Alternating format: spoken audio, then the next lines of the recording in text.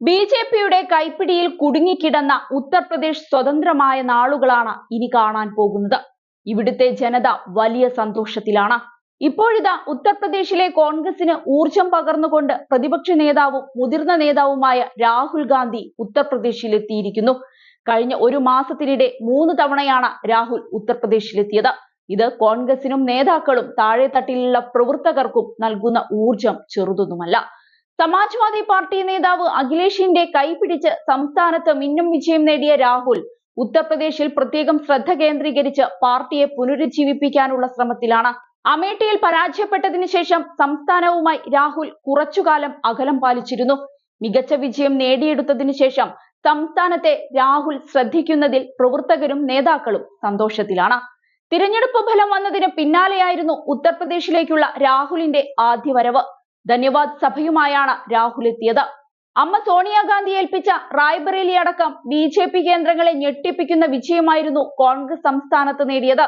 ഇതിന് പിന്നാലെയായിരുന്നു വോട്ടർമാർക്ക് നന്ദി അറിയിച്ച് രാഹുൽ ആദ്യം ഉത്തർപ്രദേശിലെത്തിയത്. ഹസ്രാസ് ഇരകളെ സന്ദർശിക്കാനായിരുന്നു രാഹുലിന്റെ 2ാം സന്ദർശനം. ബോലെ ബാബ എന്നറിയപ്പെടുന്ന സൂരജ് പാൽ എന്ന ആൾദൈവത്തിന്റെ പരിപാടിക്കിടെയുണ്ടായ തിക്കിലും തിരക്കിലും പെട്ട് 121 പേർക്ക് ജീവൻ നഷ്ടപ്പെട്ട ഹസ്രാസിന് രാഹുലിന്റെ സന്ദർശനം ആശ്വാസമായിരുന്നു. സാധ്യമായ എല്ലാ വഴിയിലും തങ്ങളെ സഹായിക്കുമെന്ന് ഉറപ്പു നൽകിയായിരുന്നു ഹസ്രാസിൽ നിന്നും രാഹുലിന്റെ മടക്കം. വിവിധ സാമൂഹിക വിഭാഗങ്ങളുമായി യോഗം വിളിച്ചുകൂട്ടിയാണ് രാഹുൽ 3ാമതും ഉത്തർപ്രദേശിലേക്ക് എത്തിയത്. വരാനിരിക്കുന്ന ബജറ്റ് സമ്മേളനത്തിനായുള്ള വിവരങ്ങൾ ശേഖരിക്കുകയാണ് ഈ യോഗത്തിന്റെ ലക്ഷ്യമെന്നാണ് വിവരം. 2019 അമേഠിയിലെ തോൽവിക്ക് പിന്നാലെ ഗാന്ധി കുടുംബത്തിന്റെ രാഷ്ട്രീയ ഇടമായ ഉത്തർപ്രദേശിൽ 5 വർഷത്തിനിടെ രാഹുൽ എത്തിയത് വെറും 3 തവണ മാത്രമായിരുന്നു. ആ ഇടത്തേക്കാണ് ഒരു മാസത്തിൽ 3 തവണ രാഹുൽ എത്തുന്നത്. ദേശീയ രാഷ്ട്രീയത്തിൽ യു.പിയുടെ പങ്ക് അനിഷേധ്യമായതിനാൽ തന്നെയാവാം രാഹുലിന്റെ നീക്കമെന്നാണ് വിലയിരുത്തപ്പെടുന്നത്.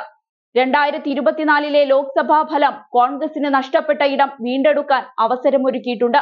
2027 നിയമസഭാ തിരഞ്ഞെടുപ്പിൽ അത് പ്രസക്തമായി തുടരണമെങ്കിൽ രാഹുലിന്റെ ഈ ഇടപെടൽ നിർണായകമാണ്. ഇതിനിടയിൽ ബി.ജെ.പി തന്ത്രപരമായി മുന്നോട്ടു നീങ്ങുകയാണ്. ഉത്തർപ്രദേശിൽ ബി.ജെ.പി വർക്കിംഗ് കമ്മിറ്റി യോഗം ലക്നൌവിൽ ചേരുകയാണ്.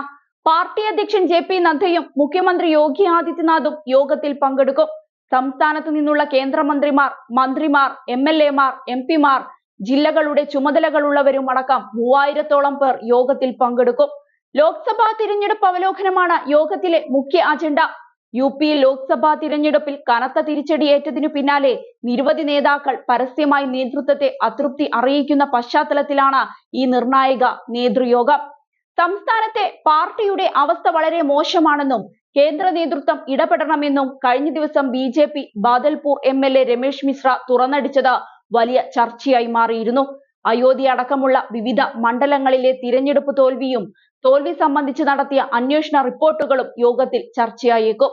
നേരത്തെ കേരളം, ജമ്മു കശ്മീർ അടക്കമുള്ള സംസ്ഥാനങ്ങളിൽ ചേർന്ന നേതൃയോഗങ്ങളിലും ബി.ജെ.പി ദേശീയ അധ്യക്ഷൻ ജെ.പി നദ്ദ പങ്കെടുത്തിരുന്നു.